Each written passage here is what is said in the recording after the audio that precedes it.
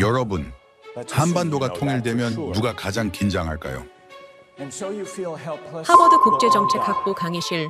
그날 교수의 발언에 학생들이 숨을 삼켰습니다. 그곳엔 세계 37개국 출신 엘리트 150명이 모여 있었지만 누구도 한국을 문명으로 본 적은 없었습니다.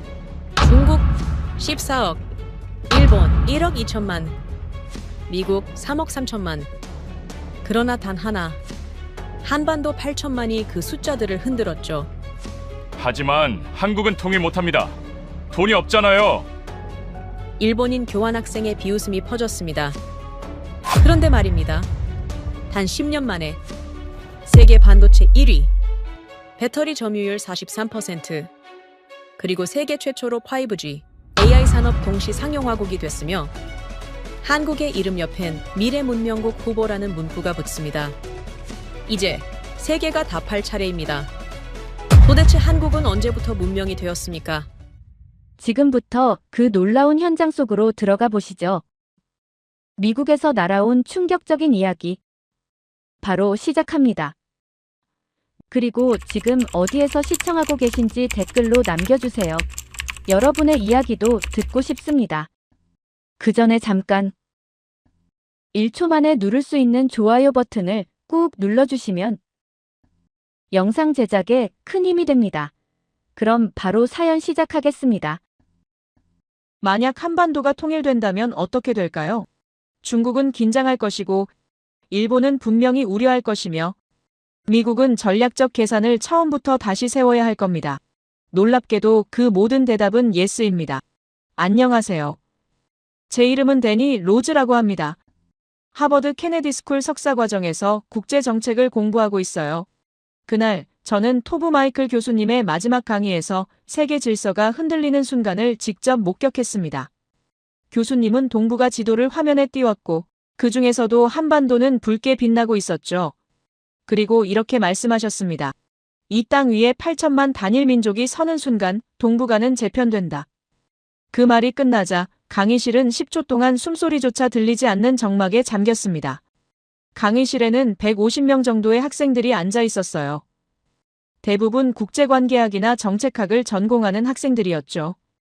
솔직히 말하면 저는 그날 강의에 큰 기대를 하지 않았습니다. 30년 경력 교수님의 마지막 강의라지만 보통 이런 건 회고담이나 추상적인 조언으로 끝나는 경우가 많거든요. 그런데 교수님이 첫 슬라이드를 띄우는 순간 제 생각은 완전히 바뀌었습니다. 화면에는 단 하나의 질문만 떠 있었어요. 만약 한반도가 통일된다면 이 질문이 왜 중요한지 그때는 몰랐죠. 하지만 곧 알게 됐습니다. 교수님이 천천히 강의실을 둘러보셨어요. 그리고 이렇게 말씀하셨습니다. 여러분, 오늘 제가 던질 질문은 하나입니다. 한반도 통일이 왜 중국과 일본과 미국을 긴장시키는지 아십니까? 학생들이 웅성거리기 시작했죠. 누군가가 손을 들었습니다. 교수님, 그건 북한의 핵 때문 아닐까요? 교수님은 고개를 저으셨어요. 핵은 일부일 뿐입니다. 진짜 이유는 따로 있죠. 강의실이 다시 조용해졌습니다. 교수님이 새로운 슬라이드를 띄우셨어요. 화면에는 한반도를 중심으로 한 동북아 지도가 펼쳐졌습니다. 중국, 일본, 러시아, 한국이 모두 보였죠. 그런데 한반도만 유독 붉은색으로 강조되어 있었어요. 교수님이 말씀하셨습니다. 지금 이 반도는 분단되어 있습니다. 남한 인구 5,200만, 북한 인구 2,600만, 합치면 8천만입니다. 8천만이라는 숫자가 강의실에 울렸습니다. 교수님이 계속 말씀하셨어요. 여러분, 8천만 단일 민족이 하나의 국가로 통합되면 어떻게 될까요? 일단 인구만 봐도 이미 독일과 비슷한 수준입니다. 그런데 여기에 한국의 경제력을 더해보세요. 현재 남한은 세계 12위 경제대국이죠. GDP가 약 1조 7천억 달러입니다. 북한은 경제적으로 낙후되어 있지만 땅과 자원과 노동력은 있습니다. 통일이 되면 이 모든 것이 합쳐지는 겁니다. 앞줄에 앉은 학생이 질문했습니다. 교수님, 하지만 통일 비용이 엄청나지 않습니까? 독일도 통일 후 10년간 어려움을 겪었잖아요. 교수님은 고개를 끄덕이셨어요. 맞습니다. 하지만 한국은 독일이 아닙니다. 교수님이 다음 슬라이드를 띄우셨습니다. 화면에는 한국의 산업 전환 그래프가 나타났어요. 1960년 농업국가에서 시작해 1970년대 중화공업으로, 1990년대 IT 산업으로, 2020년대 반도체와 배터리로 전환한 역사가 보였습니다. 교수님이 말씀하셨죠. 한국은 70년 동안 4번의 산업혁명을 성공시킨 유일한 나라입니다. 세계 어느 국가도 이런 속도로 변화한 적이 없어요. IMF 외환위기 때는 3년 만에 회복했고, 코로나 팬데믹 때는 플러스 성장을 기록했습니다. 이런 나라가 통일 비용을 감당 못할까요? 저는 노트에 메모를 하기 시작했습니다. 교수님이 지도를 다시 가리키셨어요. 자, 이제 지정학적으로 봅시다. 중국 입장에서 생각해보세요. 현재 주한미군은 평택에 있습니다. 만약 한반도가 통일되면 어떻게 될까요? 주한미군이 압록강까지 올라올 가능성이 있죠. 그럼 중국의 수도 베이징과 불과 몇백 킬로미터 거리가 됩니다. 중국 입장에서는 비수가 목에 닿는 겁니다. 뒷줄에서 누군가가 속삭였어요. 그래서 중국이 통일을 반대하는구나. 교수님이 들으신 듯 말씀하셨습니다. 정확합니다. 중국은 북한을 완충지대로 유지하고 싶어 하죠. 교수님이 일본 쪽을 가리키셨습니다. 일본은 어떨까요? 일본은 한반도의 단일 민족 국가 탄생을 가장 두려워합니다. 현재 한국은 5천만 인구로도 일본을 추격하고 있는데 8천만이 되면 어떻게 되겠습니까? 게다가 일본은 섬나라입니다. 대륙과 단절되어 있죠. 하지만 통일 한반도는 대륙과 바로 연결됩니다. 물류 측면에서 일본은 영원히 뒤처지게 되는 겁니다. 학생들이 고개를 끄덕이기 시작했어요. 저도 이제 이해가 되기 시작했습니다. 교수님이 미국 쪽을 설명하셨습니다. 미국은 복잡한 입장입니다. 현재는 북한 위협 때문에 주한미군이 명분을 가지죠. 하지만 통일되면 그 명분이 사라집니다. 물론 중국 견제라는 전략적 가치는 남지만 8천만 단일 민족 국가가 미국의 영향력 아래에 영원히 있을까요? 미국도 불안한 겁니다. 앞줄 학생이 손을 들었습니다. 교수님, 그럼 통일 자체가 불가능하다는 말씀이십니까? 주변국들이 다 반대하는데요. 교수님은 미소를 지으셨어요. 좋은 질문입니다. 하지만 역사는 언제나 예상을 뒤집어 왔죠. 교수님이 군사력 데이터를 띄우셨습니다. 현재 한국 군사력은 세계 5위입니다. 북한은 35위에서 36위 사이죠. 통일되면 북한의 구식무기 대부분은 폐기될 겁니다. 하지만 폐기하지 않을 것이 하나 있습니다. 바로 핵 관련 기술과 과학자들이죠. 북한은 핵무기를 개발한 나라입니다. 그 기술과 인력은 사라지지 않아요. 통일 한반도가 핵을 완전히 포기한다 해도 그 잠재력은 남습니다. 세계 5위 군사력의 핵 잠재력까지 갖춘 국가가 탄생하는 겁니다. 강의실이 술렁이기 시작했어요. 교수님이 물류 지도를 띄우셨습니다. 화면에는 철도 노선들이 펼쳐졌죠.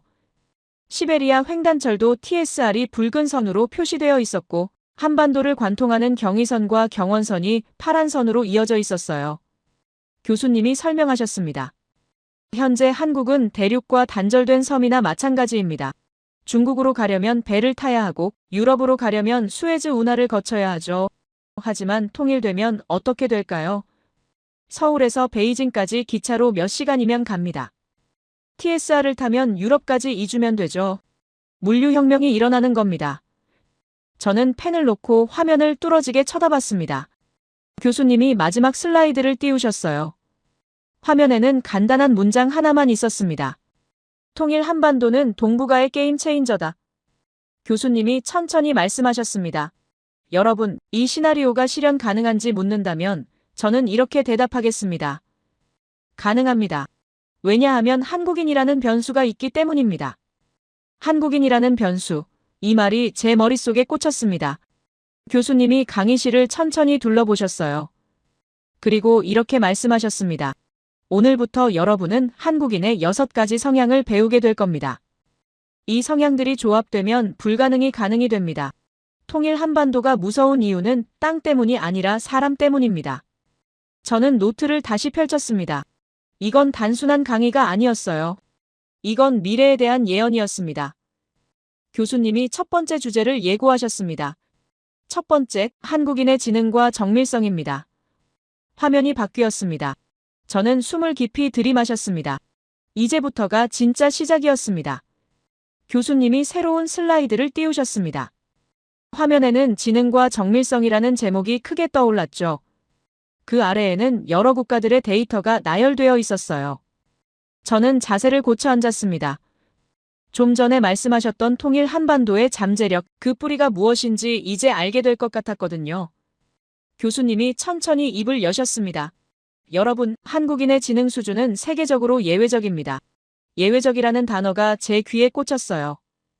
문제 해결 능력, 정밀 인지 능력, 복잡한 공정 이해 속도 모두 세계 최고 수준이죠. 화면에 OECD 국가들의 순위가 나타났습니다. 한국은 단연 최상위권이었어요. 앞줄에 앉은 학생이 손을 들었습니다. 교수님, 그건 교육 시스템 때문 아닙니까? 날카로운 질문이었죠. 한국은 교육에 엄청난 투자를 하지 않습니까? 그래서 지능이 높게 나오는 거 아닙니까? 저도 그렇게 생각하고 있었어요. 교수님은 미소를 지으셨습니다. 좋은 질문입니다. 하지만 완전히 틀렸어요. 학생이 당황한 표정을 지었습니다. 교수님은 새로운 데이터를 띄우셨어요. 한국의 교육 투자액은 OECD 평균 수준입니다. 하지만 성과는 압도적 상위권이죠. 화면에 각국의 교육 투자액과 성과 비교표가 나타났습니다. 교수님이 설명을 이어가셨어요. 미국은 학생 1인당 교육비가 한국의 2배입니다.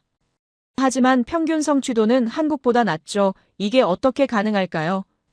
교육 시스템이 아니라 학습 능력 자체가 다른 겁니다. 뒷줄에서 다른 학생이 손을 들었습니다.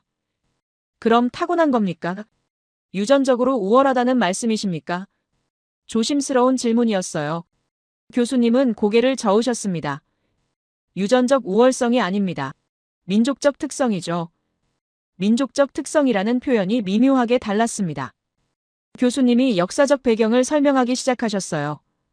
한국은 수백 년간 과거 시험 제도가 있었습니다. 학습이 곧 생존이었고 신분 상승의 유일한 길이었죠. 그 환경이 민족 전체에 각인된 겁니다. 저는 노트에 메모를 했습니다. 과거 시험, 학습 생존, 각인. 교수님이 다음 슬라이드로 넘어가셨습니다. 화면에는 새로운 문장이 떠올랐어요. 그런데 여러분, 더 놀라운 사실이 있습니다. 강의실이 다시 조용해졌습니다. 한국인은 세계에서 가장 똑똑한데 동시에 가장 많이 노력하는 민족입니다. 옆자리 학생이 속삭이듯 말했어요. 그건 과도한 경쟁 때문 아닌가요? 작은 목소리였지만 교수님이 들으셨습니다. 과도한 경쟁 때문이라고요. 학생이 당황하며 고개를 숙였어요. 교수님이 말씀하셨습니다. 아닙니다. 경쟁은 결과이지 원인이 아니에요. 한국인은 경쟁 때문에 노력하는 게 아니라 노력하는 문화 때문에 경쟁이 생긴 겁니다. 원인과 결과가 뒤바뀐 해석이었죠. 저는 그 말이 묘하게 와닿았습니다. 교수님이 구체적인 데이터를 띄우셨어요. 60대, 70대의 스마트폰 적응 속도 세계 1위입니다. 60대가 새로운 기술을 배우는 건 경쟁 때문일까요? 아무도 대답하지 못했습니다. 아닙니다. 이건 배움 자체가 습관이기 때문이에요. 여러분, 이건 그냥 노력하는 수준이 아닙니다. 이건 민족 전체가 스스로를 끊임없이 업그레이드하는 겁니다. 저는 잠시 생각에 잠겼어요. 제 할머니도 스마트폰을 잘 쓰시지만 한국의 어르신들은 정말 다른 수준이라는 걸 들은 적이 있었거든요. 교수님이 실제 사례를 들기 시작하셨습니다. 50대가 코딩을 배우고 60대가 유튜브 채널을 운영하고 70대가 스마트폰 금융 앱을 능숙하게 다룹니다. 이게 한국의 현실이에요. 앞줄 학생이 다시 손을 들었습니다. 교수님, 그럼 미국은 어떻습니까? 실리콘밸리에 천재들이 많지 않습니까? 좋은 질문이었어요. 교수님은 미국 데이터를 띄우셨습니다. 미국은 상위 1%가 이끄는 나라입니다. 화면에 미국의 능력 분포 그래프가 나타났습니다. 미국의 상위 1%는 세계 최고 수준입니다. 하지만 나머지는 솔직히 말하면 많이 떨어지죠. 그래프의 상단만 높게 치솟아 있었고 나머지는 평평했어요. 미국은 소수의 천재가 국가를 끌고 가는 구조입니다. 교수님이 한국 데이터를 띄우셨습니다. 반면 한국은 평균 전체가 높습니다. 한국은 1%가 아니라 90%가 움직이는 나라죠. 한국의 그래프는 전체적으로 높은 위치에 분포되어 있었습니다. 택시 기사가 경제 뉴스를 분석하고 식당 주인이 마케팅 전략을 세우고 공장 노동자가 공정 개선안을 제안합니다. 이건 소수의 엘리트가 아니라 민족 전체가 작동하는 겁니다. 저는 숨을 깊이 들이켰습니다. 교수님이 정밀성 이야기로 넘어가셨어요. 한국인의 정밀성, 이것은 배워서 되는 게 아닙니다. 화면에 반도체 공장 사진이 나타났습니다. 하얀 방진복을 입은 수많은 노동자들이 보였어요. 0.001mm, 1mm의 1000분의 1도 허용되지 않는 공정을 수만 명이 동시에 수행합니다. 한 학생이 손을 들었습니다. 교수님, 그건 훈련 때문 아닙니까? 철저한 품질 관리 시스템 때문 아닙니까? 교수님은 고개를 저으셨어요. 훈련으로 정밀성을 만들 수 있다면 왜 다른 나라들은 못할까요? 일본도 품질 관리가 뛰어나고 독일도 엔지니어링이 강합니다. 하지만 한국만큼 대규모 정밀 협업을 해내는 나라는 없어요. 학생이 할 말을 잃었습니다. 교수님이 조선업 사진을 띄우셨습니다. 3만 톤짜리 배를 만드는데 수천 명이 밀리미터 단위로 작업을 맞춥니다.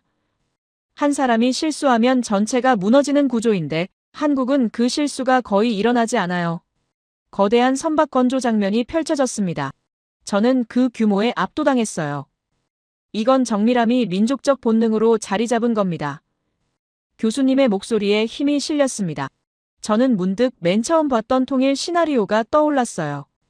이런 정밀성을 가진 민족이 대륙과 연결된다면 물류혁명은 당연한 결과일 거라는 생각이 들었습니다. 교수님이 비교 사례를 들기 시작하셨어요. 정밀함은 문화의 차이입니다. 어떤 문화권에서는 정밀함보다 대략적인 것을 선호하죠. 이런 문화권에서는 정밀 산업이 뿌리내릴 수 없어요. 한국은 다릅니다. 한국인에게 정밀함은 선택이 아니라 기본값입니다. 뒷줄에서 학생 하나가 질문했어요. 교수님, 그럼 한국인은 완벽주의자들인 겁니까? 교수님은 잠시 생각하셨습니다. 완벽주의와는 다릅니다. 완벽주의는 결과에 대한 집착이지만 한국인의 정밀성은 과정에 대한 존중이에요. 그 차이가 결과를 만듭니다. 교수님이 마지막 정리를 하셨습니다. 한국인들은 머리가 좋습니다. 그 똑똑함 위에 끊임없는 노력을 더해요. 그리고 그 모든 것을 정밀하게 실행합니다. 교수님이 천천히 강의실을 둘러보셨습니다. 여러분, 한국의 기적은 정책이나 제도 때문이 아닙니다. 국민의 능력이 국가 시스템을 앞서고 있기 때문이에요. 한 학생이 조심스럽게 손을 들었습니다. 교수님, 그럼 한국은 완벽한 나라입니까? 교수님은 고개를 저으셨어요. 완벽하다는 게 아닙니다. 다르다는 거죠. 한국인의 기본 능력치 자체가 세계 기준을 벗어났다는 겁니다. 기준을 벗어났다는 말이 강하게 울렸어요. 저는 노트에 적었습니다. 90%가 움직이는 나라, 민족 전체의 정밀성, 그리고 강에 처음에 봤던 8천만 통일 한반도의 모습이 겹쳐졌습니다. 이런 능력을 가진 민족이 대륙과 연결되고 TSR 철도를 타고 유럽까지 뻗어나간다면 교수님이 다음 주제를 예고하셨습니다. 자, 이제 두 번째 특성으로 넘어가겠습니다. 화면이 바뀌었습니다. 저는 깊은 숨을 들이마셨습니다. 지능과 정밀성만으로도 충분히 놀라웠는데 아직 5가지가 더 남았습니다. 교수님이 새로운 슬라이드를 천천히 띄우셨습니다. 화면에 떠오른 문장을 보는 순간 저는 고개를 갸우뚱했어요. 한국인은 빨리빨리의 민족이 아니라 미리 하는 민족이다. 빨리빨리와 미리 하는 것이 다른 건가요? 교수님이 학생들의 표정을 읽으신 듯 말씀하셨습니다. 여러분 모두 빨리빨리라는 한국어를 들어본 적 있으실 거예요. 그런데 한국인의 이 빨리빨리 문화는 오해받는 부분이 많죠. 강의실이 조용해졌습니다. 한 학생이 손을 들었어요. 교수님, 그건 성격이 급한 거 아닙니까? 조급하고 여유가 없는 거 아닙니까? 서구 언론이 항상 하던 해석이었습니다. 저도 그렇게 알고 있었어요. 교수님은 정색하셨습니다. 완전히 틀렸습니다. 학생이 당황했어요. 한국인의 빨리빨리는 성격이 급한 게 아닙니다. 이건 뭐든 미리 해야 직성이 풀리는 습성이에요. 미리 해야 직성이 풀린다는 표현이 독특했습니다. 그때였습니다. 뒷줄에 앉아있던 일본인 학생이 손을 들었어요. 저는 그 학생을 알고 있었습니다. 켄지라는 이름의 도쿄대 출신 교환 학생이었죠. 교수님, 제가 자료를 하나 준비했는데 공유해도 될까요? 교수님이 고개를 끄덕이셨습니다. 켄지가 자신의 노트북을 열었어요. 화면에 일본 연구기관의 보고서가 떠올랐습니다. 이건 일본 경제산업성에서 발표한 자료입니다. 한국의 빨리빨리 문화가 품질 저하와 안전사고로 이어진다는 분석이 있어요. 실제로 한국은 산업재해율이 OECD 평균보다 높지 않습니까? 강의실이 술렁이기 시작했습니다. 켄지가 계속 말했어요. 일본은 신중함을 중시합니다. 안전을 확인한 후에 움직이죠. 그래서 우리는 세계에서 가장 안전한 제조 시스템을 가지고 있습니다.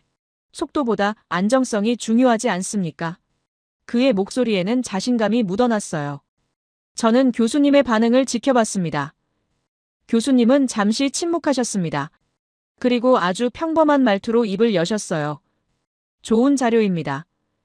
그런데 켄지, 한 가지 물어봐도 될까요? 켄지가 고개를 끄덕였습니다. 일본은 5G 상용화가 언제였죠?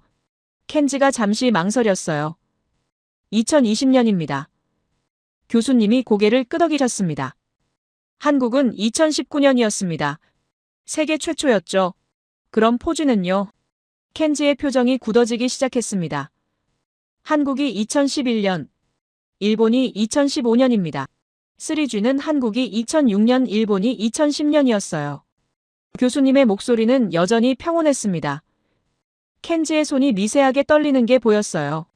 교수님이 계속 말씀하셨습니다. 켄지, 당신이 말한 신중함은 맞습니다. 하지만 그 신중함의 결과를 봅시다. 일본의 디지털 전환 순위는 OECD 최하위권입니다. 팩스와 도장 문화가 아직도 남아있죠. 안전을 확인한 후에 움직인다는 건 좋지만 확인하는 동안 세상은 이미 변해 있습니다. 켄지가 입술을 깨물었어요.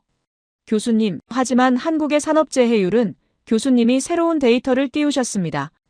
한국의 산업재해율은 2010년대 초반 높았습니다. 하지만 지금은 OECD 평균 수준이에요.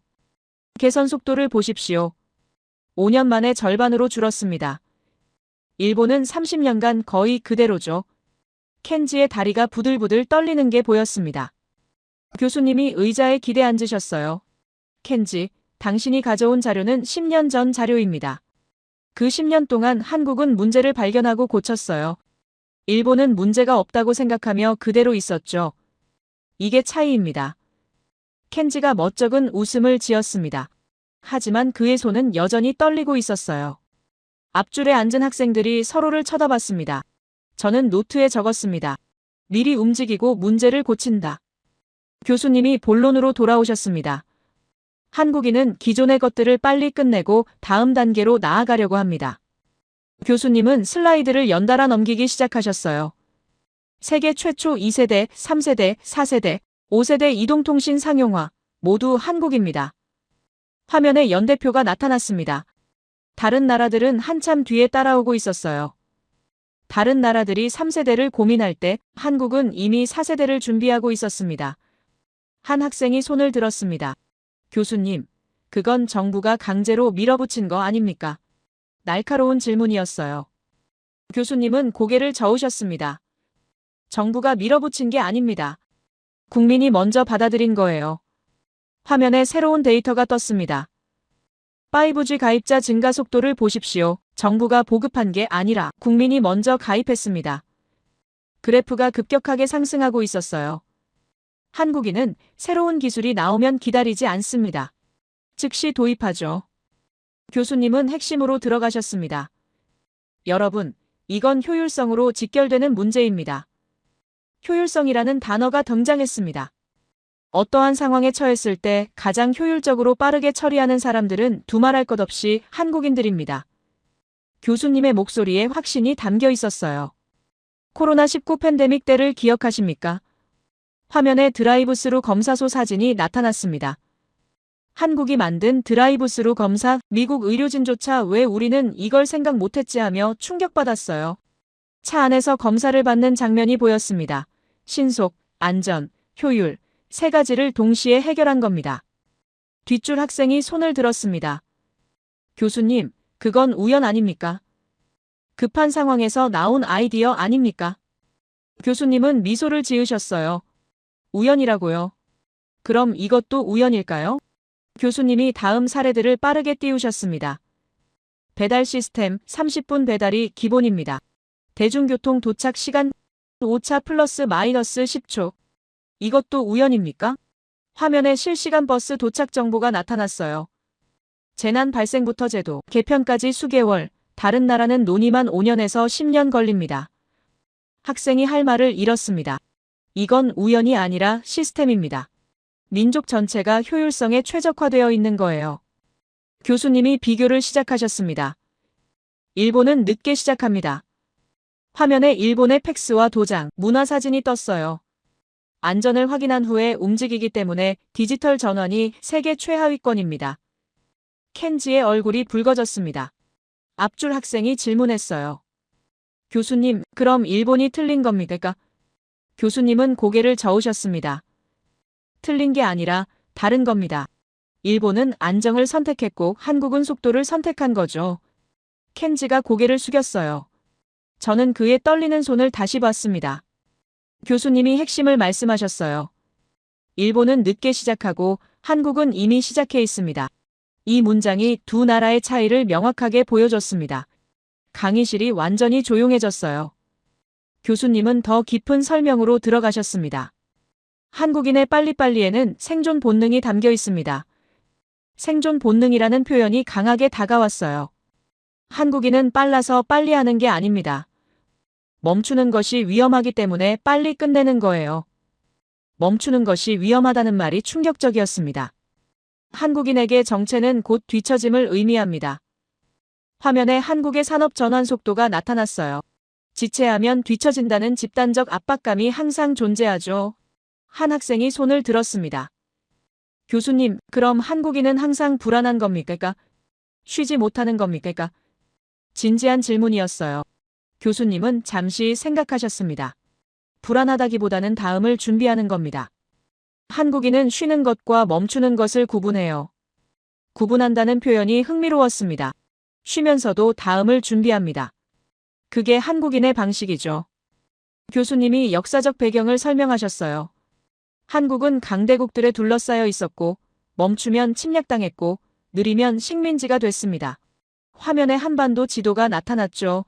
생존하려면 남들보다 빨리 움직여야 했고, 남들보다 미리 준비해야 했어요. 이제 한국의 빨리빨리가 이해되기 시작했습니다. 그래서 한국인은 속도에 중독된 게 아니라 속도를 받아들여야만 했던 겁니다. 교수님이 마지막 정리를 하셨어요. 한국인의 빨리빨리는 조급함이 아니라 생존 전략입니다. 생존 전략이라는 말이 머릿속에 꽂혔습니다.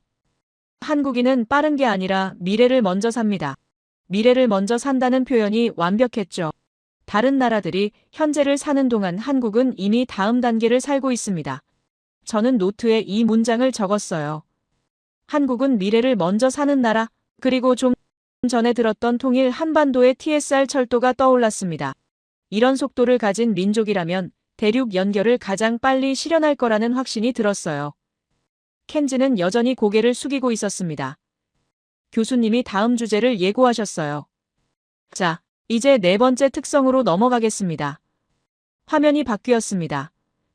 저는 깊은 숨을 들이마셨습니다. 교수님이 새로운 슬라이드를 띄우셨습니다. 화면에는 변화 적응력이라는 제목이 떠올랐어요. 그 아래에는 굵은 글씨로 문장 하나가 적혀 있었습니다. 한국은 변화 자체를 일상으로 받아들이는 유일한 민족이다. 교수님이 천천히 입을 여셨어요. 여러분, 대부분의 국가들은 변화를 싫어합니다. 강의실이 조용해졌습니다. 변화는 위험이고 변화는 불안이며 변화는 혼란이죠. 교수님의 목소리가 강의실에 울렸습니다. 그러나 한국은 변화를 기본값으로 삼습니다. 한국에게 변화는 충격이 아니라 리듬이에요. 한 학생이 손을 들었어요. 교수님, 그건 선택권이 없어서 그런 거 아닙니까? 작은 나라라서 변화할 수밖에 없는 거 아닙니까? 날카로운 질문이었습니다. 교수님은 고개를 저으셨어요. 선택권이 없다고요. 그럼 같은 조건의 다른 나라들은 왜 못할까요? 학생이 당황했습니다.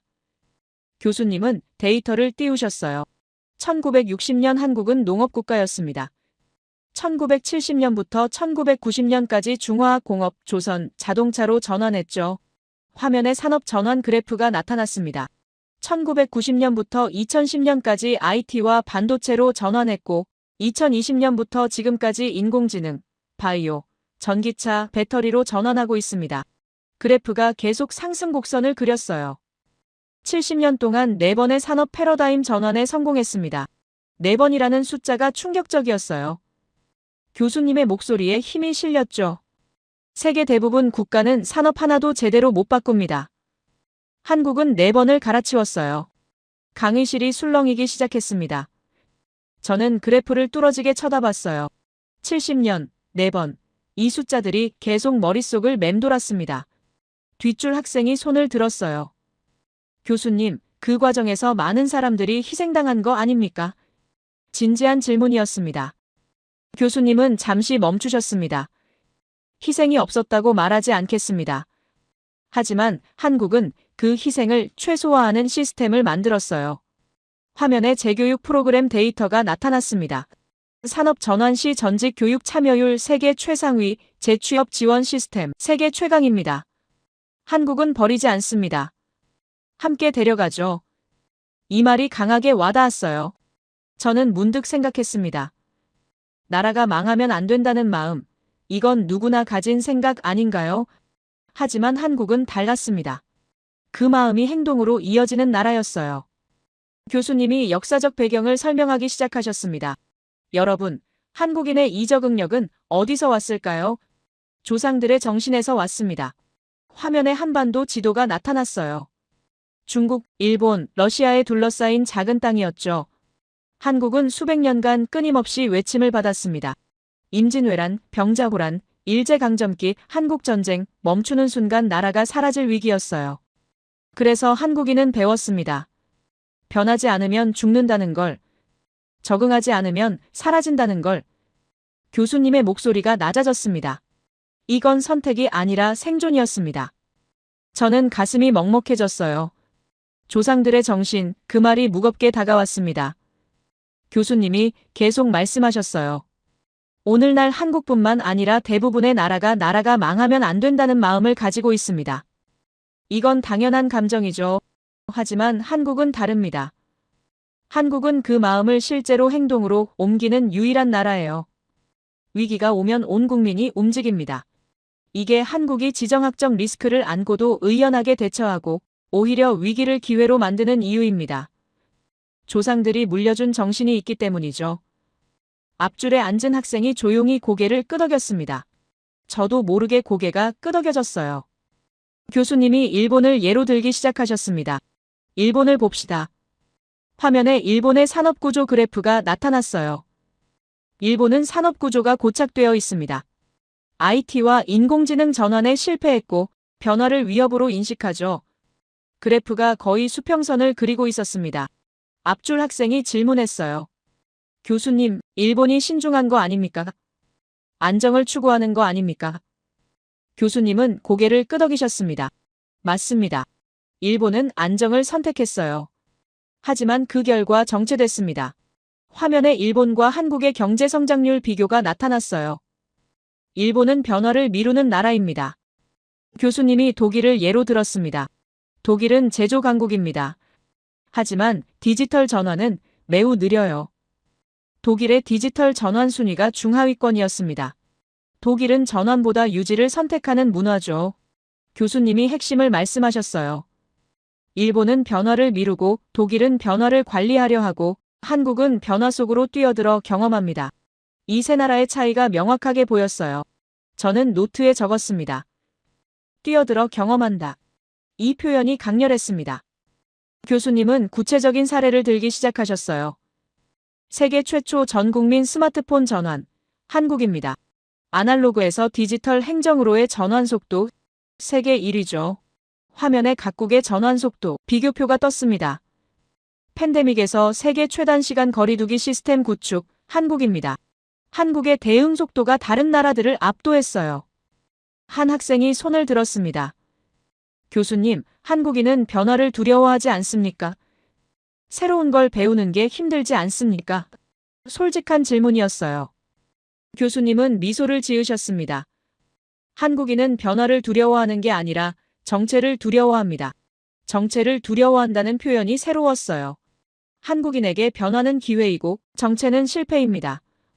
화면에 한국 기업들의 위기 대응 사례들이 나타났어요. 1997년 IMF 외환위기 때 한국은 3년 만에 회복했습니다. 2008년 글로벌 금융위기 때도 가장 빨리 회복했죠. 각국의 경제 회복 속도 비교 그래프가 나타났습니다. 2020년 팬데믹 때도 한국 경제는 플러스 성장을 유지했어요. 한국의 회복 곡선이 가장 가팔랐습니다. 교수님이 결론을 내리셨어요. 한국인은 위기를 위기로 받아들이지 않습니다. 한국인은 위기를 새로운 출발점으로 받아들이죠. 출발점이라는 표현이 충격적이었어요. 저는 잠시 생각에 잠겼습니다. 위기를 출발점으로. 이건 단순한 긍정적 사고가 아니었습니다. 이건 생존 본능이었어요. 교수님은 한국인의 심리를 설명하셨습니다. 한국인은 안정을 추구하지 않습니다. 한국인은 성장을 추구하죠. 한 학생이 반박했어요. 교수님, 그럼 한국인은 영원히 쉬지 못하는 겁니까? 교수님은 고개를 저으셨습니다. 쉬지 못하는 게 아니라 멈추지 않는 겁니다. 한국인은 쉬면서도 다음을 준비해요. 화면에 한국의 산업 로드맵이 펼쳐졌습니다. 반도체가 성공하면 배터리를 준비하고 배터리가 성공하면 인공지능을 준비합니다. 한 산업이 정점에 도달하기 전에 이미 다음 산업에 투자하고 있어요. 정점에 도달하기 전에 다음을 준비한다니 이게 정상입니까? 저는 속으로 중얼거렸습니다. 교수님이 비교했어요. 다른 나라들은 한 산업이 쇠퇴한 후에 다음을 찾습니다. 한국은 쇠퇴하기 전에 이미 옮겨가죠. 화면에 여러 나라들의 산업 전환 타이밍이 나타났습니다. 한국의 타이밍이 다른 나라들보다 훨씬 빨랐어요. 이게 바로 한국이 항상 앞서가는 이유입니다. 저는 숨을 깊이 들이켰어요. 이건 민족 차원의 패러다임이 다른 겁니다. 교수님이 마지막 정리를 하셨어요. 한국은 변화를 두려워하지 않습니다. 한국은 변화를 즐기죠. 한국은 변화 속에서 가장 편안함을 느낍니다. 변화 속에서 편안함을 느낀다니. 이건 정말 특이한 민족이었습니다. 저는 노트에 적었어요. 변화 속의 편안함, 그리고 좀 전에 들었던 통일 시나리오가 떠올랐습니다. 북한 재건, 엄청난 비용이 들 거라고 모두가 말합니다. 하지만 이런 적응력을 가진 민족이라면 통일 비용을 기회로 바꿀 수 있을 거라는 확신이 들었어요. 교수님이 다음 주제를 예고하셨습니다. 자, 이제 5번째 특성으로 넘어가겠습니다. 화면이 바뀌었어요. 저는 깊은 숨을 들이마셨습니다. 지금까지 들은 내용만으로도 충분히 놀라웠는데 아직 2가지가 더 남았습니다. 제 손에 땀이 맺히기 시작했어요. 교수님이 새로운 슬라이드를 띄우셨습니다. 화면에는 집단지능이라는 제목이 크게 떠올랐어요. 그 아래에는 문장 하나가 적혀 있었습니다. 한국인의 집단지능은 개인 능력의 합이 아니라 폭발이다. 교수님이 천천히 입을 여셨어요. 여러분, 한국인은 혼자도 강하지만 함께일 때는 무적입니다. 무적이라는 단어가 강의실을 울렸습니다. 강의실이 조용해졌어요. 학생들 사이에 웅성거림이 흐르기 시작했습니다. 교수님은 슬라이드를 넘기셨어요. 화면에 큰 글씨가 떴습니다. 집단지능, 교수님이 학생들에게 질문하셨습니다. 집단지능이란 무엇입니까? 앞줄 학생이 손을 들었어요. 개인들이 협력해서 더 나은 결과를 내는 것 아닙니까? 교수님은 고개를 저으셨습니다. 그건 협력입니다. 집단지능은 다르죠. 학생이 의아한 표정을 지었어요. 집단지능은 개인의 능력을 합친 것보다 훨씬 큰 결과를 만들어냅니다. 교수님이 구체적인 사례를 들기 시작하셨어요. 좀 전에 말했던 반도체 공정을 다시 살펴보죠. 화면에 반도체 공장 내부가 나타났습니다. 수많은 인원이 공정을 정밀하게 동기화합니다. 하얀 방진복을 입은 노동자들이 정밀하게 움직이고 있었어요. 이건 극한 정밀 협업의 세계, 최고 난이도 산업입니다. 한 학생이 손을 들었습니다. 교수님, 그건 시스템이 잘 되어 있어서 그런 거 아닙니까? 교수님은 미소를 지으셨어요. 시스템이 있다고 다 되는 게 아닙니다. 화면에 새로운 데이터가 떴습니다. 미국은 반도체 설계는 강하지만 공정 협업 실행이 불가능해요. 미국의 반도체 생산 현황이 나타났습니다. 개인의 능력은 뛰어나지만 수만 명을 하나로 움직이는 건 못하죠. 교수님이 조선업 사진을 띄우셨어요. 수많은 사람들이 하나의 배를 만들며 오차없이 맞추는 민족 한국입니다. 거대한 선박 건조 장면이 펼쳐졌어요. 노르웨이와 독일도 조선 기술은 뛰어나지만 협업 정확도에서 밀립니다. 뒷줄 학생이 질문했어요. 교수님, 그럼 한국인은 개성이 없는 겁니까? 집단에 묻히는 겁니까? 날카로운 질문이었습니다. 교수님은 단호하게 대답하셨어요.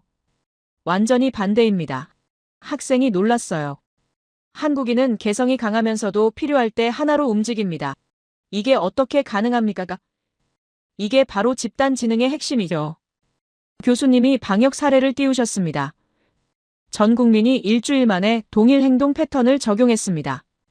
코로나 대응 시스템 그래프가 나타났어요. QR코드 도입부터 전국 확산까지 세계 최단 시간, 혼란 없이 움직인 유일한 국가입니다. 앞줄 학생이 손을 들었어요. 교수님, 그건 강제였기 때문 아닙니까? 정부 명령에 따른 거 아닙니까? 교수님은 고개를 저으셨습니다. 강제로 움직였다면 저항이 있었을 겁니다. 화면에 각국의 방역 준수율이 나타났어요. 한국의 자발적 준수율은 90%가 넘었습니다. 자발적이라는 단어가 중요했어요. 이건 협조가 아닙니다. 집단 차원의 사고 통합이죠. 교수님이 비교 사례를 들기 시작하셨습니다. 미국을 봅시다. 화면에 미국의 데이터가 나타났어요. 천재는 강하지만 집단 실행력은 약합니다. 미국의 코로나 대응 혼란 사진들이 떴어요. 국민들이 말을 듣지 않았고 제멋대로 행동했습니다. 프로젝트 속도와 정밀도에서 한국을 못 따라가죠. 교수님이 프랑스를 예로 들었어요. 프랑스는 개인 자유와 의견 존중이 강합니다. 프랑스의 시위 사진이 나타났어요. 하지만 전 국민 동시 행동은 거의 불가능하죠. 교수님이 인도를 예로 들었습니다. 인도는 인력은 많지만 조직력이 약합니다. 인도의 대규모 인파 사진이 떴어요. 대규모 협업 난이도가 매우 높죠. 교수님이 결론을 내리셨어요. 집단으로 가장 강한 민족은 한국 하나뿐입니다. 한 학생이 조심스럽게 손을 들었습니다. 교수님, 그럼 한국인은 어떻게 그렇게 움직이는 겁니까? 궁금증이 가득한 질문이었어요. 교수님은 새로운 개념을 꺼내셨습니다. 한국인의 정서 동기화 능력입니다. 정서 동기화라는 표현이 생소했어요. 교수님은 2002년 월드컵 사진을 띄우셨습니다. 수백만이 한 감정을 공유하고 동시에 움직이고 동시에 반응합니다. 붉은 악마로 가득 찬 거리 사진이 펼쳐졌어요. 이 정도의 동원력과 정확도를 가진 국가가 또 있습니까? 아무도 대답하지 못했습니다. 교수님이 강조하셨어요. 한국인은 필요할 때 순식간에 하나가 됩니다. 화면에 다양한 한국의 집단 행동 사진들이 나타났습니다. 그리고 필요가 끝나면 다시 개인으로 돌아가죠. 이 능력이 얼마나 특별한 겁니까?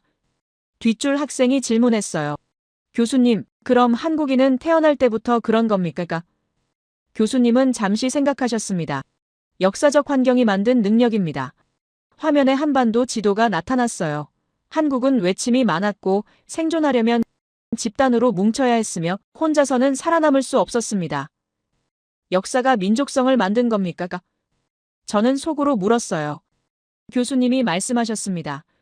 수백 년 그런 환경이 지속되면서 집단 지능이 DNA에 새겨진 겁니다. 저는 잠시 생각에 잠겼어요. 집단 지능, 이게 한국의 힘이라니 교수님이 설명을 이어가셨습니다. 여러분, 이 집단 지능은 단순히 위기 대응만이 아닙니다. 이건 문화로도 나타나요. 화면에 새로운 슬라이드가 떴습니다. K-팝, K-드라마, 한국 문화가 세계를 휩쓸고 있습니다. 저는 고개를 끄덕였어요. 맞아요. 한국 드라마는 정말 인기가 많죠. 교수님이 말씀하셨어요. 문화는 국가력을 높이는 가장 큰 포인트입니다. 문화는 나라를 사랑하는 마음을 서로 확인할 수 있는 도구이기도 하죠. 그런데 한국은 이걸 눈에 띄게 보여주고 있습니다. 화면에 한국 문화 콘텐츠의 세계 점유율이 나타났어요. 급격하게 상승하는 그래프였습니다. BTS, 블랙핑크, 기생충, 오징어 게임, 이 모든 게 개인의 재능만으로 된 게 아닙니다. 이건 집단 지능의 결과예요. 앞줄 학생이 질문했어요. 교수님, 문화 콘텐츠도 집단 지능입니까? 교수님은 고개를 끄덕이셨습니다. K-팝 하나만 봐도 그렇습니다. 작곡가, 프로듀서, 안무가, 의상 디자이너, 메이크업 아티스트, 매니저 모두가 하나의 목표를 향해 움직이죠. 이게 바로 집단 지능입니다. 저는 감탄했어요. 그렇구나. 한국 문화의 힘도 여기서 나오는 거구나. 교수님이 계속 말씀하셨어요. 그리고 이런 문화적 성공은 오히려 한국이라는 나라가 더욱 성장하는 계기가 됩니다. 세계가 한국을 주목하고 한국 제품을 사고 한국어를 배우고 한국을 방문하죠. 이게 선순환입니다. 화면에 한국 방문 관광객 수치가 나타났어요. 매년 증가하는 그래프였습니다. 교수님이 마지막 정리를 하셨어요. 혼자도 강한데 함께일 때 더 강하다. 이게 한국입니다. 이건 국가 단위 치트키죠. 치트키라는 표현이 정확했어요. 한국은 그냥 강한 게 아니라 조직된 강함입니다. 조직된 강함이라는 표현이 소름 돋게 와닿았어요. 저는 자신도 모르게 중얼거렸습니다. 이 민족은 뭐지? 그리고 좀 전에 들었던 통일 시나리오가 떠올랐어요. 8천만 단일 민족. 이런 집단 지능을 가진 민족이 8천만으로 뭉친다면, 이 단결력이 통일 후에도 흔들리지 않는다면 저는 숨을 깊이 들이켰습니다. 교수님이 다음 주제를 예고하셨어요. 자, 이제 6번째 특성으로 넘어가겠습니다. 화면이 바뀌었습니다. 저는 자세를 고쳐 앉았어요. 지금까지 5가지 특성을 들었는데 마지막 하나가 가장 궁금했습니다. 교수님의 표정이 진지해졌어요. 마지막 특성, 이게 모든 걸 하나로 묶는 핵심이라는 느낌이 들었습니다. 교수님이 새로운 슬라이드를 띄우셨습니다. 화면에는 끈기와 생존력이라는 제목이 떠올랐어요. 그 아래에는 강렬한 문장이 적혀 있었습니다. 한국인은 포기하지 않는 민족이 아니라 포기할 줄 모르는 문명이다. 교수님이 천천히 입을 여셨어요. 여러분, 한국의 근성은 서사나 감정이 아닙니다. 강의실이 조용해졌습니다. 한국의 근성은 데이터입니다. 교수님은 IMF 그래프를 띄우셨어요. 1997년 IMF 외환위기, 20년 걸릴 위기를 3년 만에 끝낸 민족은 세계 역사상 한국이 유일합니다. 그래프가 급격하게 하락했다가 빠르게 회복하는 모습이 보였어요. 강의실이 술렁이기 시작했습니다. 한 학생이 손을 들었어요. 교수님, 그건 운이 좋았던 거 아닙니까? 타이밍이 맞았던 거 아닙니까? 날카로운 질문이었습니다. 교수님은 고개를 저으셨어요. 운이라고요. 교수님이 비교 데이터를 띄우셨습니다. 좀 전에 변화 적응력에서 이야기했지만 한 가지 예를 들기 위해 다시 이야기하겠습니다. 그리스는 20년간 부채 위기를 반복했어요. 아르헨티나는 IMF에 반복 진입했습니다. 화면에 두 나라의 경제 그래프가 나타났어요. 회복 곡선이 거의 보이지 않았습니다. 같은 위기를 겪었는데 왜 한국만 회복했습니까? 학생이 할 말을 잃었어요. 운이 아니라 시스템입니다. 교수님이 강조하셨어요. 저는 노트에 적었습니다. 시스템. 운이 아니라 시스템. 교수님은 한국의 대응 방식을 설명하기 시작하셨습니다. 한국의 끈기는 정신력이 아니라 행동력입니다. 행동력이라는 표현이 새로웠어요. 국민 금 모으기 운동 아십니까? 화면에 금을 들고 줄 선 사람들의 사진이 나타났습니다. 350만 명이 자발적으로 금을 내놨어요. 350만이라는 숫자가 엄청났습니다. 기업 구조 조정을 동시에 실행했고 국민 소비 절제율이 세계 최고였으며 정부와 기업과 국민이 모두 참여한 유일한 경제 정상화 프로세스였습니다. 앞줄 학생이 손을 들었어요. 교수님, 그건 정부가 강요한 거 아닙니까? 교수님은 단호하게 대답하셨습니다. 강요했다면 350만 명이 참여할 수 있었겠습니까? 학생이 고개를 숙였어요. 이건 자발적 참여였습니다. 국가를 살리기 위한 집단적 결단이었죠. 교수님의 목소리에 힘이 실렸습니다. 한국의 끈기는 버티는 힘이 아니라 문제를 부숴버리는 힘입니다. 부숴버린다는 표현이 강렬했어요. 저는 숨을 깊이 들이켰습니다. 한국은 가만히 있어도 강해 보이는데 움직이면 그 강함이 폭발하는 느낌이었어요. 뒷줄 학생이 질문했습니다. 교수님, 그럼 다른 나라들은 왜 그렇게 못합니까? 좋은 질문이었어요. 교수님은 그리스를 예로 들기 시작하셨습니다. 그리스를 자세히 봅시다. 화면에 그리스의 경제 지표가 나타났어요. 2010년 그리스 위기가 시작됐습니다. IMF가 구제금융을 제공했죠. 하지만 20년이 지난 지금도 회복하지 못했어요. 왜일까요? 교수님이 그리스의 대응 방식을 설명하셨습니다. 그리스는 국민과 정부가 따로 움직였어요. 정부는 긴축을 요구했지만 국민은 저항했습니다. 집단적 실행과 희생 조정에 실패했죠. 그래프가 계속 하락하고 있었어요. 교수님이 아르헨티나를 예로 들었습니다. 아르헨티나는 더 심각합니다. 화면에 아르헨티나의 경제 그래프가 떴어요. 아르헨티나는 2001년 IMF에 진입했습니다. 2018년 또다시 진입했죠.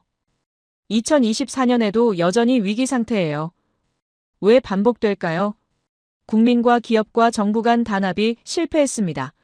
서로를 믿지 못했고 각자 살 길을 찾았죠. 이게 차이입니다. 저는 한국과의 차이가 명확하게 보였어요. 한국은 모두가 하나로 움직였고 그리스와 아르헨티나는 따로 움직였습니다. 교수님이 핵심을 말씀하셨어요. 한국은 단합이 감정이 아니라 위기 시스템으로 작동합니다.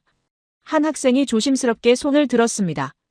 교수님, 그럼 한국인은 위기를 좋아하는 겁니까? 교수님은 미소를 지으셨어요. 좋아하는 게 아니라 위기를 성장 기회로 바꾸는 겁니다. 화면에 새로운 개념이 나타났습니다. 실패 처리 방식, 한국인의 실패 처리 방식은 독특합니다. 교수님이 설명하기 시작하셨어요.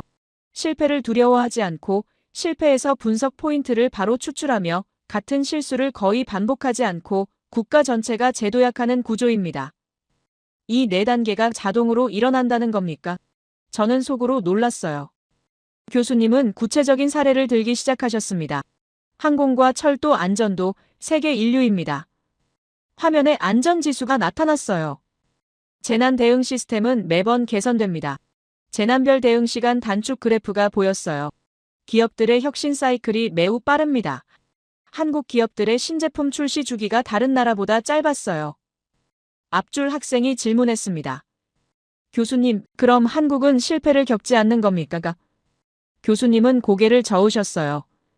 실패를 겪지 않는 게 아니라 실패를 빨리 고치는 겁니다. 빨리 고친다는 표현이 정확했습니다.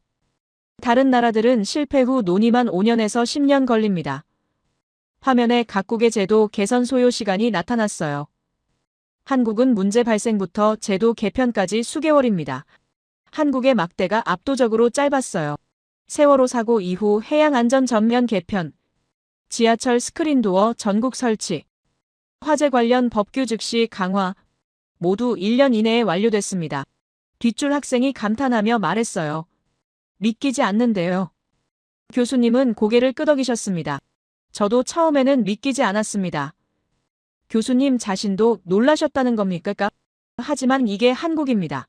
저는 전율이 느껴졌어요. 교수님이 한국과 그리스, 아르헨티나를 다시 비교하셨습니다. 그리스는 20년간 논의만 했습니다. 국민은 정부를 믿지 않았고 정부는 국민을 믿지 않았죠. 아르헨티나는 30년간 같은 실수를 반복했습니다. 정치권은 싸웠고 국민은 분열됐어요. 하지만 한국은 3년 만에 일어났습니다. 왜일까요? 화면에 세 나라의 비교표가 떴습니다. 한국은 신뢰가 있었습니다. 국민은 정부를 믿었고 정부는 국민을 믿었고 기업은 국가를 믿었어요. 이 신뢰가 행동으로 이어졌습니다. 저는 노트에 적었습니다. 신뢰 행동, 결과. 교수님이 마지막 정리를 하기 시작하셨어요. 한국인은 천재적인 데다가 미래를 미리 보고 빠르게 움직이고 변화를 즐기고 집단으로 사고합니다. 지금까지 배운 내용들이 요약되고 있었어요. 그리고 이제 실패조차 성장 재료로 삼습니다. 교수님의 목소리가 높아졌습니다. 이건 국가가 아니라 하나의 문명입니다. 문명이라는 단어가 강의실을 울렸어요. 저는 잠시 말을 잃었습니다. 이 모든 조합을 가진 민족이 정말 존재합니까? 한 학생이 조용히 손을 들었어요. 교수님, 그럼 한국은 완벽한 겁니까? 교수님은 고개를 저으셨습니다. 완벽하다는 게 아닙니다. 다르다는 겁니다. 다시 나온 표현이었어요. 한국은 새로운 인류의 형태입니다. 새로운 인류라는 표현이 충격적이었어요. 저는 깊은 숨을 들이켰습니다. 그리고 좀 전에 들었던 통일 시나리오가 떠올랐어요. 통일 비용 모두가 걱정합니다. 독일도 10년간 고생했다고 하죠. 하지만 이런 끈기를 가진 민족이라면, 이 끈기가 분단 70년을 끝낸다면 통일 비용도 극복 가능할 거라는 확신이 들었습니다. 저는 전율을 느꼈어요. 교수님이 다음 주제를 예고하셨습니다. 자, 이제 마지막 특성으로 넘어가겠습니다. 화면이 바뀌었어요. 저는 자세를 고쳐 앉았습니다. 지금까지 6가지 특성을 들었는데 마지막 하나가 남았습니다. 교수님의 표정이 더욱 진지해졌어요. 이게 모든 걸 하나로 묶는 핵심이라는 느낌이 강하게 들었습니다. 저는 펜을 다시 잡았어요. 마지막 특성, 이게 한국을 완성하는 마지막 퍼즐 조각이라는 생각이 들었습니다. 교수님이 새로운 슬라이드를 띄우셨습니다. 화면에는 시민주권 애국심이라는 제목이 떠올랐어요. 그 아래에는 강렬한 문장이 적혀 있었습니다. 한국인의 애국심은 감정이 아니라 국가 운영 시스템이다. 교수님이 천천히 강의실을 둘러보셨어요. 조용한 강의실에 교수님의 목소리가 울렸습니다. 여러분, 한국인의 모든 힘에는 한 가지 공통된 뿌리가 있습니다. 학생들이 숨을 죽였어요. 화면에 새로운 단어가 떠올랐습니다. 시민주권 애국심. 교수님은 설명을 시작하셨어요. 한국의 애국심은 군주적 충성도가 아니고 감정적 열광도 아닙니다. 그럼 뭡니까? 한국의 애국심은 국가를 스스로 운영하는 시민의식입니다. 국가를 스스로 운영한다는 표현이 생소했어요. 앞줄 학생이 손을 들었습니다. 교수님, 그건 과장 아닙니까?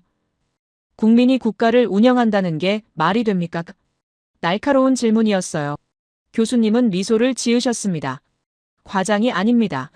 사실이죠. 학생이 당황한 표정을 지었어요. 교수님은 예시를 들기 시작하셨습니다. 정부가 잘못되면 국민이 직접 수정합니다. 화면에 촛불 집회 사진이 나타났어요. 수백만 명이 거리로 나왔지만 폭력은 없었습니다. 질서 정연하게 촛불을 든 사람들의 모습이 보였어요.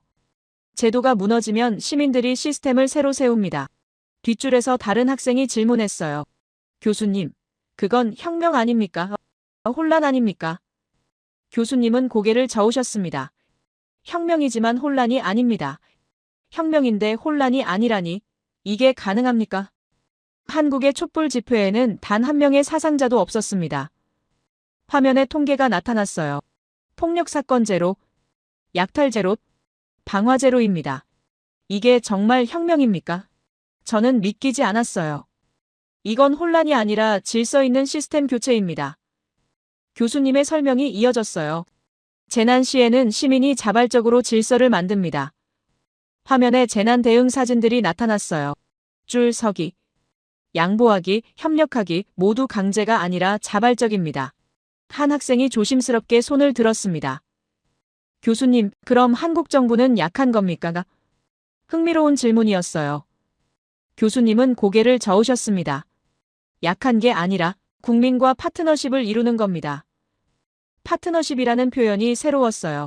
전 세계 민주주의 중 시민이 실질적 운영자인 국가는 한국이 거의 유일합니다. 거의 유일하다는 말이 또 나왔습니다. 교수님이 잠시 멈추셨어요. 그리고 조심스럽게 입을 여셨습니다. 여러분, 이건 조금 무거운 주제입니다. 민감한 주제일 수도 있어요. 강의실이 더 조용해졌습니다. 하지만 명확한 성격을 보여주는 사례입니다. 한국인은 조용히 세상을 바꿉니다. 변화를 직접 몸으로 보여주죠. 교수님의 목소리가 낮아졌어요. 저는 자세를 고쳐 앉았습니다. 교수님은 비교 사례를 들기 시작하셨습니다. 미국을 봅시다. 화면에 미국의 데이터가 나타났어요. 미국은 민주주의가 강합니다. 미국의 민주주의 지수가 높게 나타났어요. 하지만 시민 결집력은 낮습니다. 화면에 미국의 정치적 분열 사진들이 떴어요. 국가 위기를 국민이 직접 재정비하지 못합니다. 앞줄 학생이 말했어요. 그건 미국이 자유를 중시해서 그런 거 아닙니까? 교수님은 고개를 끄덕이셨습니다. 맞습니다. 하지만 그 자유가 위기 상황에서 약점이 됩니다. 자유가 약점이 될 수도 있다는 겁니까? 저는 놀랐어요. 교수님이 중국을 예로 들었습니다. 중국은 애국심이 강합니다. 화면에 중국의 국가 행사 사진이 나타났어요. 하지만 시민 주거는 아닙니다. 중국의 정치 구조 그래프가 떴어요. 국가가 국민을 관리하는 구조입니다. 교수님이 프랑스를 예로 들었어요. 프랑스는 개인 자유가 강합니다. 프랑스 혁명 기념일 사진이 나타났어요. 하지만 국가적 결집은 잘 안 됩니다. 프랑스의 노란 조끼 시위 사진이 떴어요. 위기 시 혼란이 증가합니다. 교수님이 결론을 내리셨어요. 한국은 시민이 나라를 움직이는 유일한 고도 민주주의입니다. 고도 민주주의라는 표현이 정확했어요. 뒷줄 학생이 질문했습니다. 교수님, 그럼 한국 국민은 항상 정치에 관심이 많습니까? 교수님은 고개를 저으셨어요. 평소에는 개인 생활에 집중합니다. 그럼 언제 움직입니까? 하지만 필요한 순간에는 즉시 결집합니다. 필요한 순간이라는 게 언제입니까? 교수님이 설명하셨어요. 국가 시스템이 잘못됐을 때, 정의가 무너졌을 때, 미래가 위험할 때입니다. 화면에 한국의 역사적 시민운동들이 나타났어요. 그 순간 한국인은 국가를 직접 관리하는 주인으로 변합니다. 주인으로 변한다는 표현이 강렬했어요. 한 학생이 손을 들었습니다. 교수님, 그럼 한국인은 애국심이 강한 겁니까? 교수님은 잠시 생각하셨어요. 애국심이 강하다기보다는 국가를 자기 것으로 생각합니다. 자기 것으로 생각한다는 표현이 묘했어요. 한국인은 국가를 누가 다스리는 대상이 아니라 내가 주인이 된 자산이라고 봅니다. 자산이라는 단어가 정확했어요. 저는 이해가 되기 시작했습니다. 교수님이 계속 말씀하셨어요. 찬성이 있으면 반대가 있습니다. 동전의 양면성이 있죠. 한국도 마찬가지입니다. 국민이 모두 같은 생각을 하는 건 아니에요. 화면에 다양한 의견들이 나타났습니다. 하지만 결국 모두가 원하는 건 평화입니다. 성장입니다. 그리고 나아감입니다. 교수님의 목소리가 부드러워졌어요. 이게 한국 민주주의의 핵심입니다. 싸우지만 함께 가죠. 저는 가슴이 뜨거워지는 걸 느꼈어요. 교수님은 마지막 정리를 하기 시작하셨습니다. 한국의 애국심은 감정이 아니라 시민 운영 시스템입니다. 교수님이 천천히 강의실을 둘러보셨어요. 여러분, 한국인의 결집력과 속도와 변화는 감정이 아닙니다. 잠시 침묵이 흘렀습니다.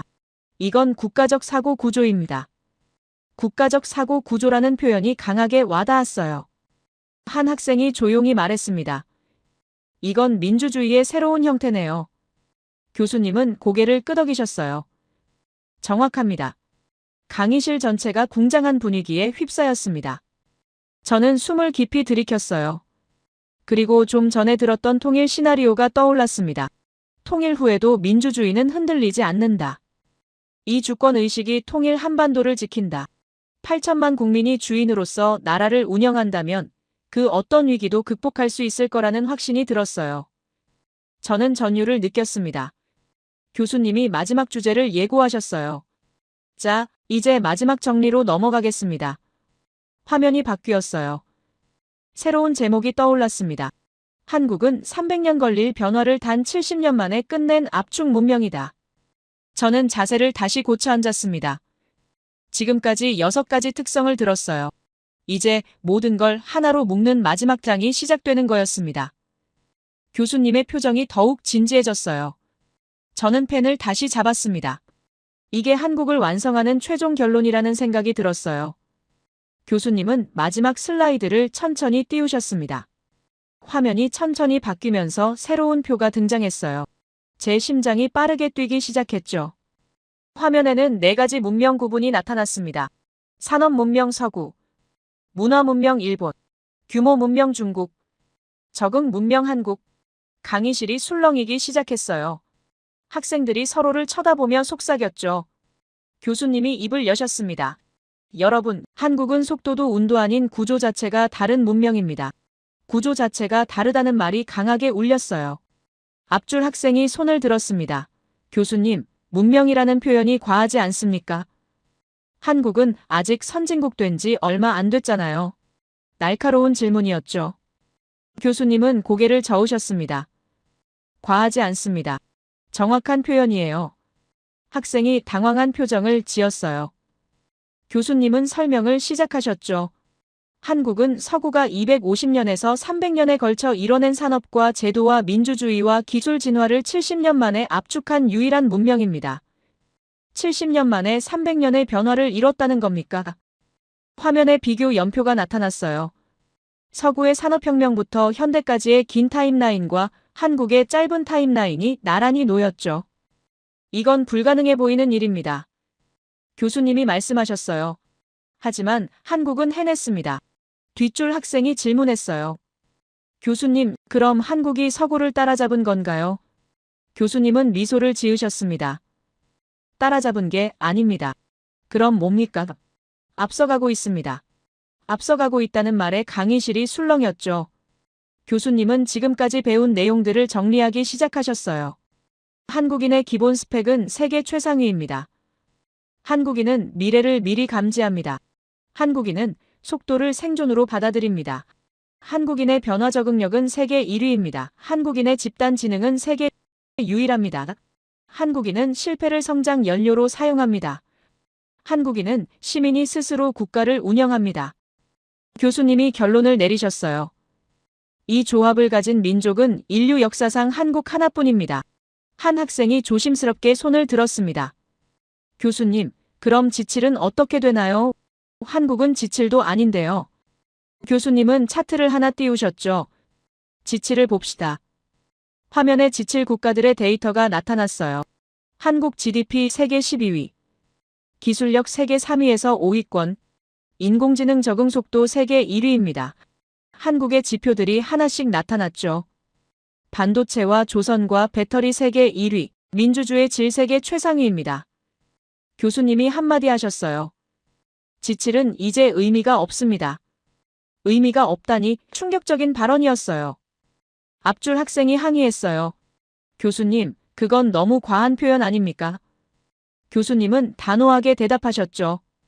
과하지 않습니다. 화면에 새로운 데이터가 떴어요. 미래 문명 기준으로 보면 한국은 이미 지위 후보입니다. 지위 후보라는 말에 강의실 전체가 얼어붙었습니다. 뒷줄 학생이 말했죠. 지위는 미국과 중국 아닙니까? 교수님은 고개를 저으셨어요. 그건 경제 규모 기준입니다. 그럼 다른 기준이 있습니까? 미래 문명 기준은 다르죠. 교수님이 설명하셨어요. 기술 혁신 속도, 사회 적응력, 시민 주권 수준, 집단 실행력, 이 기준으로 보면 한국은 상위 2위권입니다. 그때 교수님이 맨 처음 봤던 동북아 지도를 다시 띄우셨어요. 화면에 붉게 빛나는 한반도가 다시 나타났습니다. 저는 숨을 멈췄어요. 여러분, 수업 처음에 제가 던진 질문을 기억하시나요? 만약 한반도가 통일된다면 교수님이 천천히 말씀하셨어요. 이제 여러분은 왜 중국과 일본과 미국이 긴장하는지 아실 겁니다. 8천만 단일 민족, 세계 5위 군사력, 핵 잠재력, 대륙철도 연결, 물류혁명, 그리고 무엇보다 이 6가지 성향을 가진 국민입니다. 저는 일장의 충격이 다시 밀려왔어요. 하지만 이제는 이해가 됐습니다. 교수님이 마지막 문장을 천천히 말씀하셨어요. 여러분, 한국을 이해하지 못하면 21세기를 이해할 수 없습니다. 이 문장이 강의실 전체를 관통했습니다. 저는 노트를 내려놓았죠. 더 이상 적을 수가 없었어요. 제 머릿속이 완전히 뒤바뀌었습니다. 교수님이 슬라이드를 끄셨어요. 강의실 조명이 다시 밝아졌죠. 이것으로 제 마지막 강의를 마치겠습니다. 교수님이 깊게 인사하셨어요. 학생들이 일어나 박수를 쳤죠. 저도 일어나 박수를 쳤습니다. 박수 소리가 강의실을 가득 채웠어요. 교수님은 조용히 강의실을 나가셨습니다. 학생들이 하나 둘 자리를 떠나기 시작했죠. 저는 자리에 그대로 앉아 있었어요. 노트를 펼쳤습니다. 제가 적은 문장들을 다시 읽었어요. 한국 기준 밖의 민족, 한국은 미래를 먼저 사는 나라, 한국인 국가의 관리자. 이 세 문장이 제 세계관을 완전히 바꿔놓았습니다. 저는 천천히 강의실을 나왔죠. 복도를 걸으며 생각했어요. 이 강의 전까지 저는 한국을 작은 성공국 정도로 생각했습니다. IT 강국, 경제 발전, 그 정도였죠. 그러나 지금 저는 그 어떤 나라보다 한국을 먼저 공부해야 한다는 사실을 알게 됐어요. 한국인은 머리가 뛰어나고 미리 움직이고 빠르게 끝내면 변화를 받아들이고 함께 행동하고 실패를 성장으로 바꾸고 나라를 시민이 직접 운영합니다. 이 모든 조합을 가진 민족은 한국 하나뿐이죠. 저는 도서관으로 향했습니다. 한국에 대한 책을 찾기 위해서였어요. 더 알고 싶었습니다. 이 민족이 어떻게 만들어졌는지, 어떤 역사를 겪었는지, 앞으로 어디로 갈 것인지. 도서관 문을 열었어요. 조용한 공간이었습니다. 저는 아시아 섹션으로 걸어갔죠. 한국 관련 책들이 보였어요. 한국 경제의 기적, 한국 민주주의의 진화, 한국 문화의 세계화.